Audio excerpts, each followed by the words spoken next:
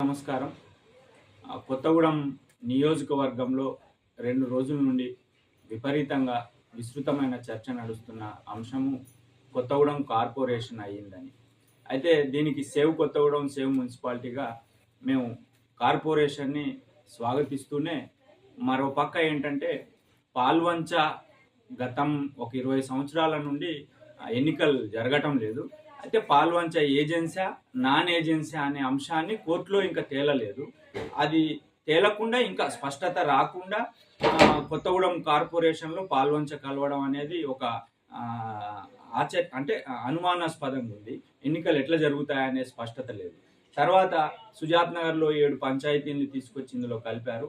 మరి అక్కడ ప్రజల ఆమోదం ఉందా లేదా అనేది పూర్తిగా తెలవని పరిస్థితి. అంతేకాకుండా ఏదైతే ఇప్పుడు పాల్వంచ, కొత్తగూడెము, సుజాత్ నగర్ ఈ ప్లేన్ ఏరియాని చేస్తామని ప్రభుత్వ ఆలోచన, స్థానిక ప్రజాప్రతినిధుల ఆలోచన అంటే ఏ వైపుకు ఉపయోగం జరుగుతుందో అనేది ప్రజల్లో గందరగోళ పరిస్థితి ఎదుర్కొంటా ఉంది. మేము సేవ్ కొత్తగూడెం, సేవ్ మున్సిపాలిటీకి ఒక స్పష్టంగా మాకు చెప్పాల్సిన ఆన్సర్ ఏంటంటే ప్రజలకు మీరంతా కొత్తగూడెం మున్సిపాలిటీ ఎన్నికలు కనుక ఈ గందరగోళ పరిస్థితి అటు పాల్వంచ ఏజెన్సా, నాన్ ఏజెన్సా తేలలేదు, తేల్చే పరిస్థితి కనబడటం లేదు. ఇటు సుజాత్ నగర్ 7 పంచాయతీల ప్రజల ఆమోదం ఉందా లేదా తెలియదు.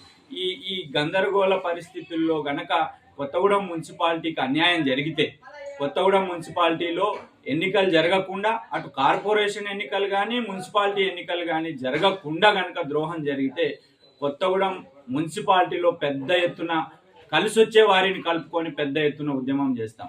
ఒకవేళ ఎవరైనా కోర్టులకు వెళ్ళి ఏదైనా టెక్నికల్ ప్రాబ్లమ్స్ వచ్చి కొత్తగూడెం మున్సిపాలిటీకి కూడా ఎన్నికలు జరగకుండా ఆగిపోతే మాత్రం దీనన్నిటికీ ప్రభుత్వం, సంబంధిత ప్రజాప్రతినిధులే మరి చరిత్రహీనులుగా మిగిలిపోతారనేది గుర్తు చేసుకోవాల్సిన అవసరం ఉంది. ఈ టెక్నికల్ ప్రాబ్లమ్స్ అడ్డు రాకుండా భవిష్యత్తులో, ఇప్పటిదాకా మీరు టెక్నికల్ ప్రాబ్లమ్స్ని పరిశీలించే ఉంటారు, కానీ భవిష్యత్తులో ఇప్పుడు పాల్వంచ, సుజాత్ నగర్ ఈ ఏదైనా టెక్నికల్ ప్రాబ్లంలు అడ్డు రాకుండా కార్పొరేషన్ ముందుకు పోయే విధంగా ప్రయత్నం చేయాలి. ఆ కార్పొరేషన్ వల్ల లాభ నష్టాలను కూడా ప్రజలకు వివరించాల్సిన బాధ్యత అధికారులకు, ప్రజాప్రతినిధులకు ఉంది.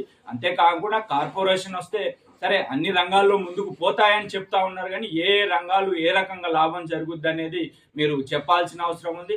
కార్పొరేషన్ అనేది కొంతమంది ఇప్పుడు కార్పొరేషన్ వచ్చిన తర్వాత భూముల ధరలు పెరుగుతాయి, కట్టే ట్యాక్సులు పెరుగుతాయి, దాంతోపాటు మనం ట్యాక్సులు కట్టుకొని ప్రభుత్వం నుండి మనమే కోట్ల రూపాయలు తెచ్చుకునే పరిస్థితి ఉండొచ్చు.